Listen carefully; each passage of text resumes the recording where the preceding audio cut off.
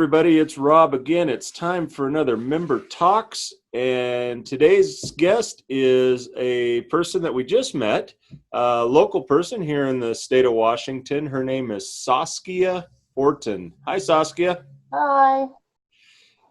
Such an interesting name, and love the way you analyzed it or explained it to me when we first started talking. To say your name, to pronounce your name, it's sauce, like spaghetti sauce, Kia, like the car, Saskia. Yep, What what exactly. what's the origin of your name? So it's a Dutch name. My mom is Austrian. She was born in Austria, but she was born in Russia, but she's from Austria. But it's a Dutch name. Can't really tell you a whole lot about it. Rembrandt's wife was named Saskia, but that's really about it. Just an old Dutch name. So are you named after Rembrandt's wife? That's hard to say. No, Rembrandt's wife. yeah. No, I think my mom just heard it when she was young and liked it, and so just kind of Nice. held on to it. Sure. Well, Saskia, tell us about yourself. You're recent. Well, let me rephrase that. Are you recently into Washington, or have you been here a little while?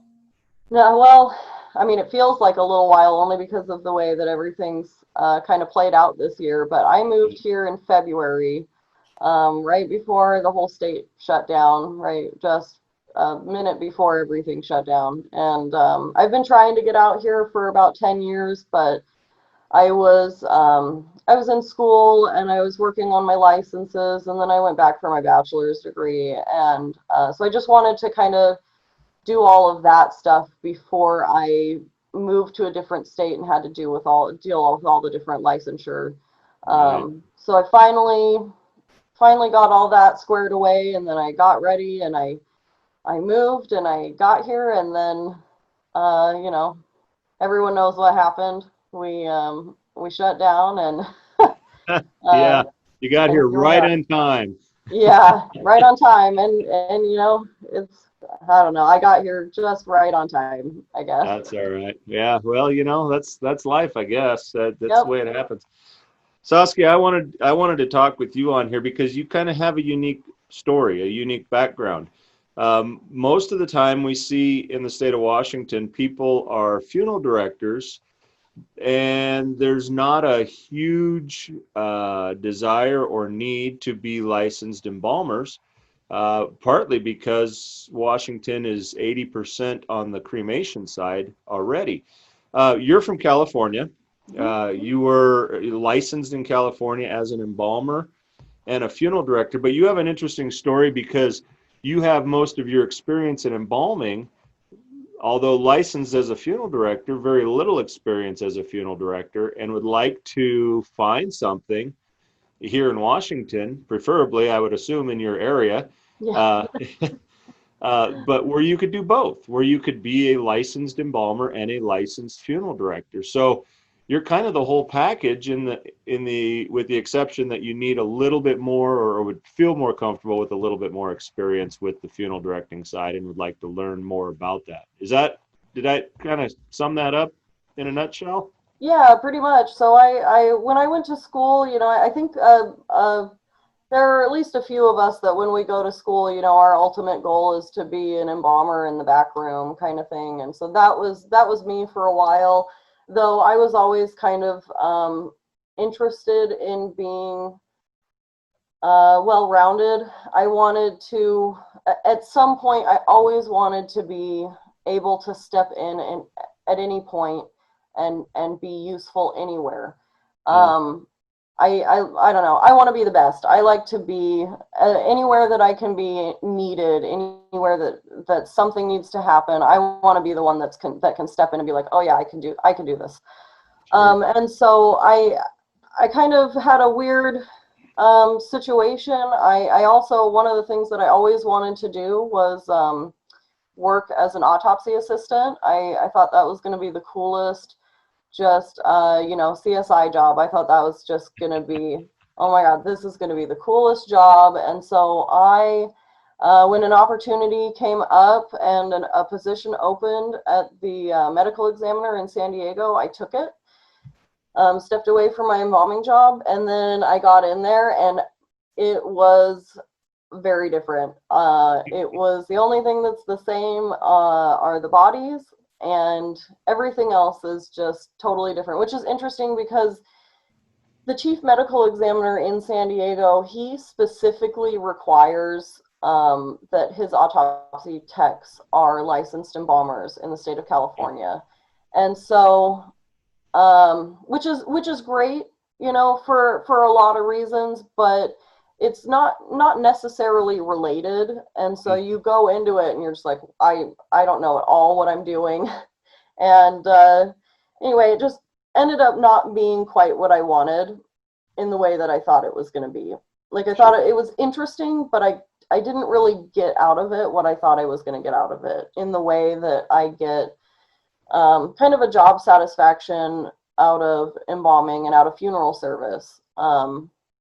And so I was there for a year, and then I moved. Then I came here, and I was able to reciprocate my licenses, both my funeral directing and my embalming license. And when I got here, I got a job with LW Tech, and I was working just as a part-time teacher's aide, you know, and so I was helping them. And I think we were on campus for maybe 3 weeks before the campus shut down. So luckily we were perfect timing. I know it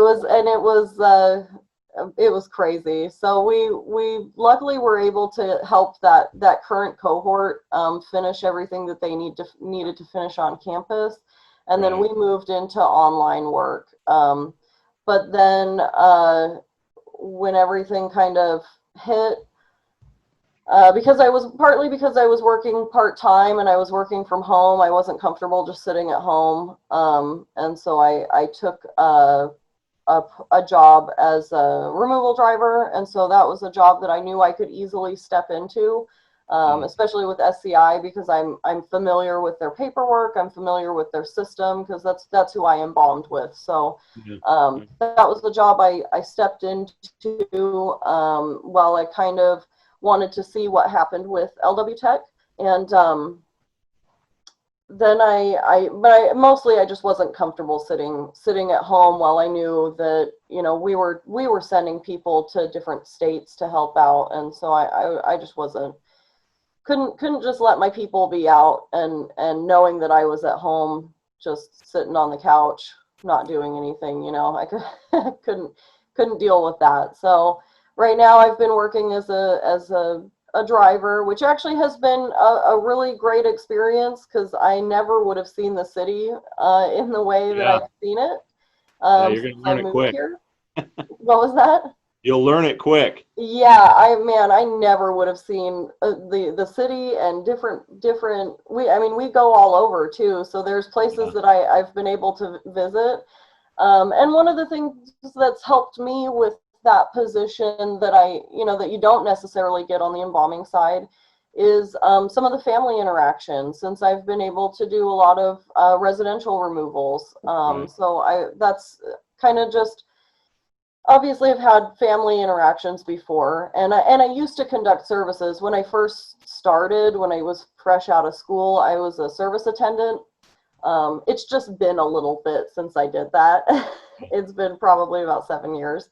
But so it's been a while since I've had like any kind of real family interaction. So that's been really good. But now I'm kind of in this transitional period in my life where I just don't want to, I don't want to get comfortable.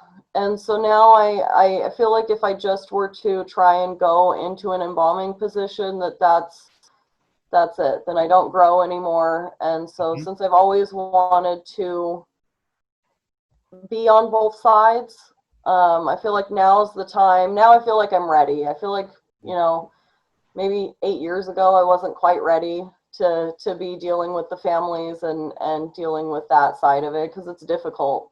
But I think now I'm ready. And I think the other thing is I just spent so much time away from that working at the medical examiner, and dealing with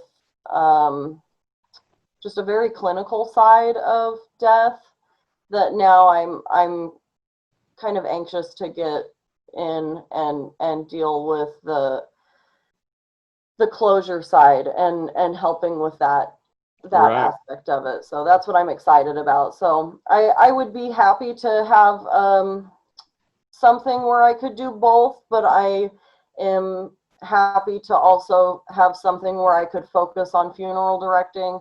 Mostly I just like the idea that, you know, now we're in a pandemic, and if a whole prep room gets taken out and I'm working as a funeral director, I like that I could step in and be like, oh yeah, no, I can come in and I can embalm if we're really desperate, you know.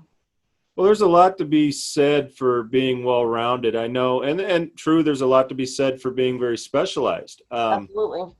You know, but now you mentioned that your license is reciprocated to Washington, so you are a licensed embalmer and a Hmm. licensed funeral director in the state of Washington now. Is that Yes. right? Yep. Now, you originally were licensed in the state of California, and they've got some different licensing requirements or restrictions than we do here.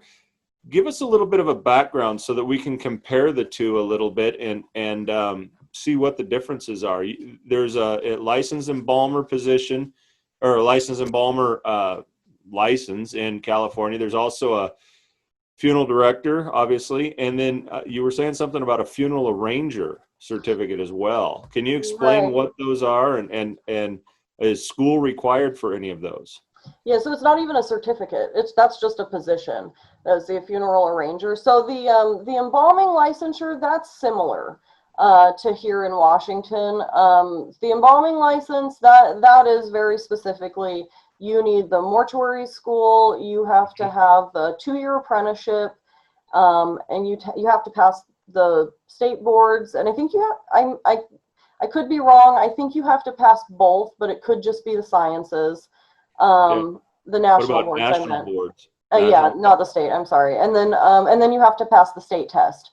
Okay. But the funeral directing, and that's kind of where I fall into a little bit of a weird hole here, where I'm licensed, but that's why I'm lacking a little bit of experience, because I have a funeral directing license, but in California, they don't require a license to meet with families. So most of the people that are meeting with families in California are what they call funeral arrangers.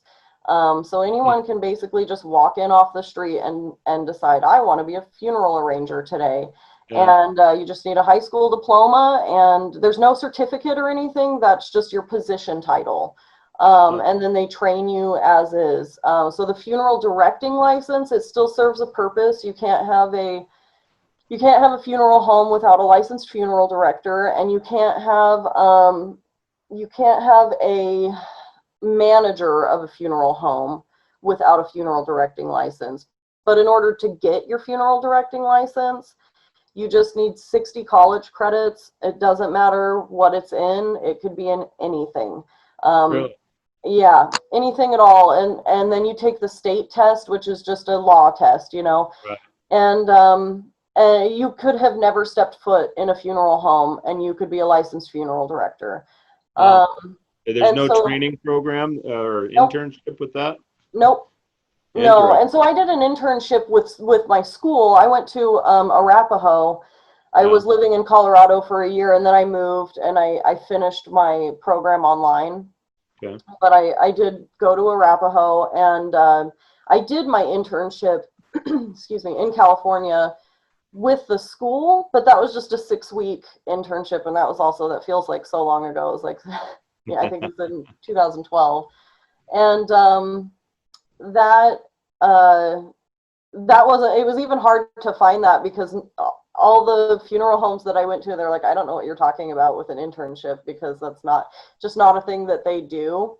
Really? um, and because they just hire people, anyone, and so and it also makes it a little bit difficult as a licensed funeral director to kind of move around, because you have so many people that are what they call chapel supervisors, that are supervisors of maybe a big location, like a combo Hmm. location, but they are not licensed, but they have someone's license on the wall, right? So maybe, and they kind of get around that with a lot of different things. So you may have like a funeral director's license on the wall that doesn't even necessarily work at that location. They're not based out of that location. And Wow. so one of the things that I really was excited about coming to Washington is the license requirements here, because I place a lot of value on education, and continuing education. I think that California doesn't require continuing education either. Really? So yeah, not any of it. And so that's why you and I met, because I was trying to figure out, now my license is getting ready to expire, and I was like, oh my God, I Right. have to figure out what I need to do, because this is all new for me. In Yeah. California, you just pay it and you're good. So now I have to navigate that, but I like it. I like that it makes it feel like the work that I've done to get my license matters.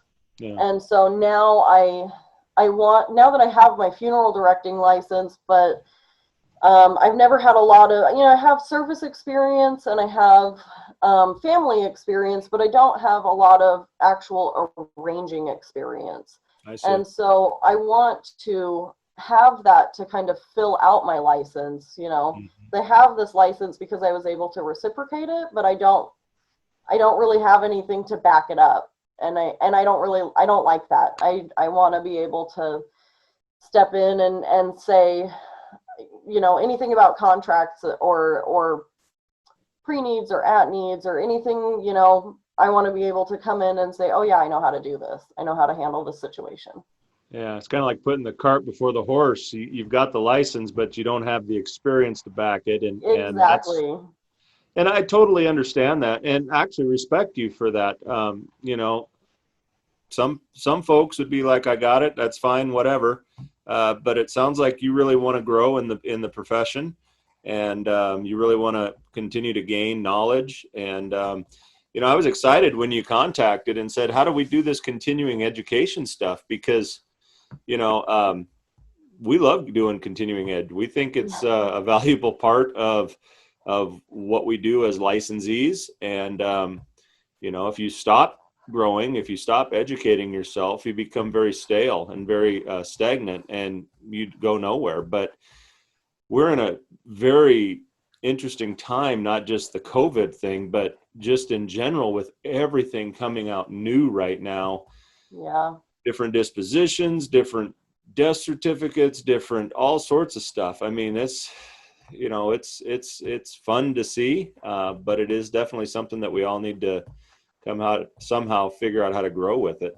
So Yeah, absolutely. And that's something that can be really difficult. And that's something that I also want to navigate. And it is hard kind of humbling myself in that way and coming forward and saying, I have my license and I don't have a lot of experience, but I am not the kind of person to just be comfortable. Because I don't feel like I'll grow. I don't want to just stop. I want to be, I want to be the best. And I can't do that without a little bit of help. And I think that, I'm a big advocate of my team, whatever team that I'm on. I think that, right. I think that I have a lot of knowledge that I can impart on a lot of people, because I have a lot of prep room experience, and I worked in a very high volume care center that served a lot of different religions and cultures, and Right. also mortuaries. So I have so many different um, things that I can bring to the table, and teach people that maybe don't have that experience. And in turn, I also want to learn from other people. I think that we should never stop learning. And even with new people coming into the industry, I think that maybe they're new and they don't know what we know, but they might know something else. And I think it's important to keep that door open, because we can Yeah. always, it's important to be a team and deal with things. I don't know. I feel like once you kind of close that door, then you really make that environment stagnant, and I don't like that. I like to be able to be open and communicate with my people and figure a solution out together.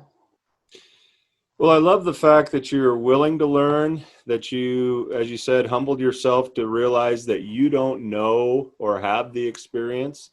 And so that you're really looking for somebody to give you that experience, to put you, Mm-hmm. to take you under their wing and to teach you. And that's even a hard um, characteristic to find today with folks, is somebody that's willing to say, you know what, I don't know. And so Yeah, show me how you got yeah. to the position you got to. And, show me the education, show me, all those things. And that's Mm-hmm. really what funeral service has always been about, is teaching the next generation how to do things. Not necessarily this is the way it's always been, and so we're going to keep this way, but it's certainly worth looking at, of saying, this is how we've done it. Now let's figure out, what we can do moving forward. And Yeah, it sounds exactly. like you've got that, sounds like you have that, that idea pretty down packed. That's what you're looking for. Yeah, and when I started, the industry is very much changing in Hmm. our demographic. When I started, my graduating class was 50-50 male and female. And so I think it was, you know, you still have a little bit of some of the old school mentality, but that's changing where you are now having a majority female students. But when I started and I was trying to get a job, um, it was frustrating for me because I was trying to come in, and I've always been kind of a sponge. Like, I want to learn everything. And so I wanted to, I was frustrated because I was like, here I am, you can hire me as an apprentice and pay me nothing. And, I want to learn everything. So bring me in, but it was hard for me to find a position because I didn't know anyone in the industry as a first generation.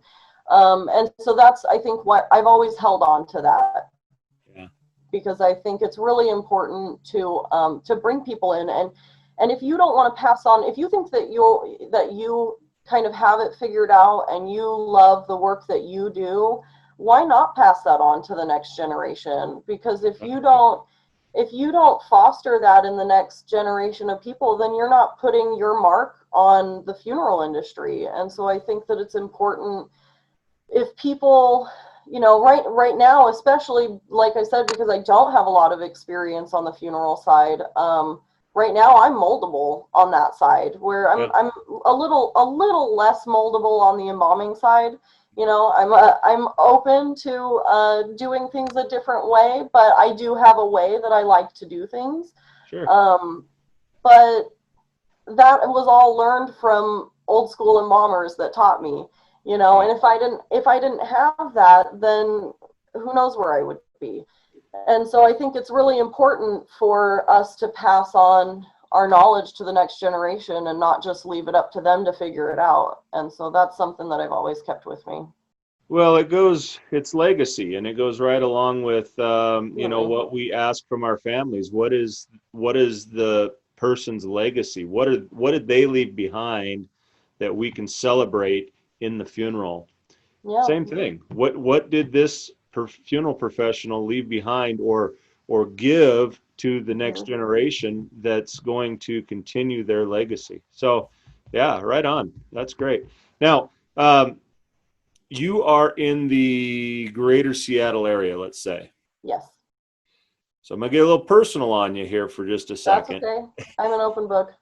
Are you open to the idea of different parts of the state of Washington, or are you kind of fixed in that greater Seattle Um, area? I I am a little bit. Right now it's a little complicated because I'm kind of, I just moved here, so I do have like a lease. I have my Uh, apartment, and so that's a little bit tough. But I also am starting to look for a house, but I'm looking for a house with I have a brother that lives here, and so we're kind of looking for a multifamily home. yeah. So it'll be difficult for me to, but I also, if that's something that if the offer was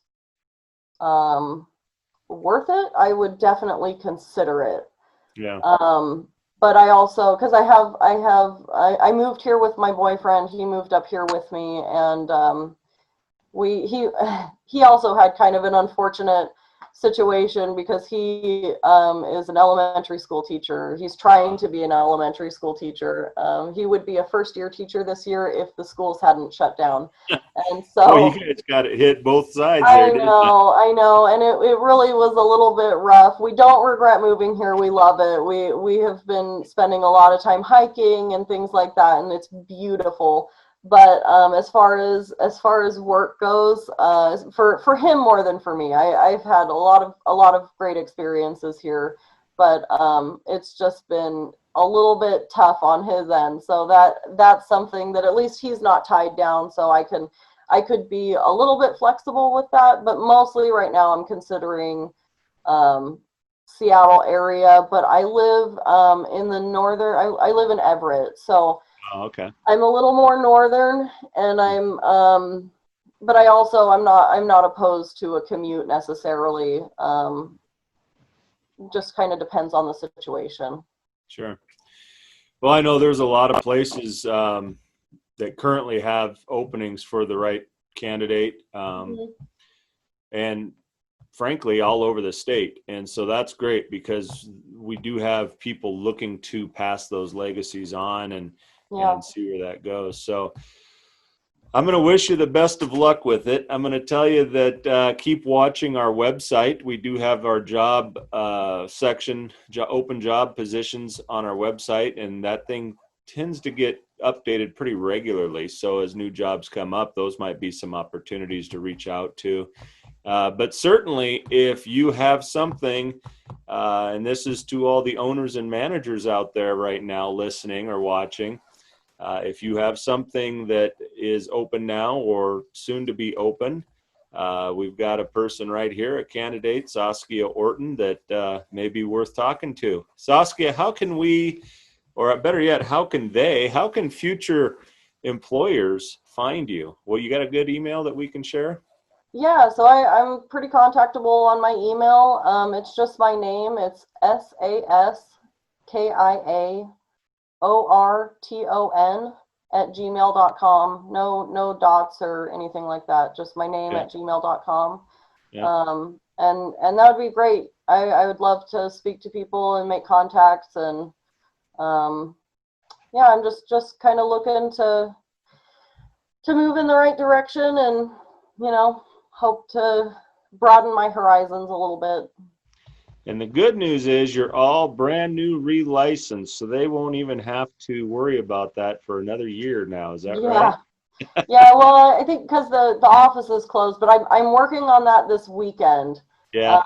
Because I'm close, but their offices are, I don't know, they're dealing with furlough stuff, and so they're a little bit slow. But yes, I will be newly relicensed by the time before it expires. That's not going to be an issue. So any new employer won't have to worry about getting you a license. No, I took care of that this year. We'll have to talk about it for next year. Yeah, mighty kind. Yeah. Good way to do it. Exactly. Well, Saskia, it's been a pleasure to be on here with you and talk with you. Get to know you a little bit. We've got our district meetings coming up, and I hope that we're going to see you on those as well. Unfortunately, they are a virtual one, so what are you going to do? But it is what it is. Hopefully, by the time the spring ones roll around, we'll be back into being able to see each other again. Who knows? Yeah. But yeah, I wanted to have you come on and talk a little bit, and who knows, maybe somebody will see this or hear this and say, this sounds like a great person to talk with, and I'd like to reach out and maybe see about filling an open position that we have or not. So I wish you luck. I really do. There's a lot of great funeral providers out there. There's a lot of great owners, a lot of great managers out there. And certainly if there's any help that we as an association can do for you, don't hesitate. Give us a call and we can get you at least sent in the right direction. Well, thank you so much, and it's been really great talking to you. And it's been, it's one of the things that I've really been grateful for coming to Washington is it feels kind of like a community, a little bit more so than when I was in California. And I don't know if that's because the state is so big, it's hard to just hard to make that much of a state a Right. community. But it's been a really great experience so far, and I look forward to seeing you guys virtually and hopefully in person soon. Absolutely. Absolutely. Again, Saskia Orton, and it was, let me think if I remember, Saskia Orton at gmail.com is how we get a hold of you. Yep. Wonderful. Well, thank you, Saskia, and thank you everybody for watching and listening to this. It's been another Member Talks by Washington State Funeral Directors Association. If you've enjoyed these, if you want to be a part of them, give us a call, email us, check us out online. We can follow us on Facebook or Twitter or YouTube or podcasts. You can get us just about anywhere. So come check it out and come join the conversation. So until next week, we'll see you all later. Bye, everybody. Bye. Thank you.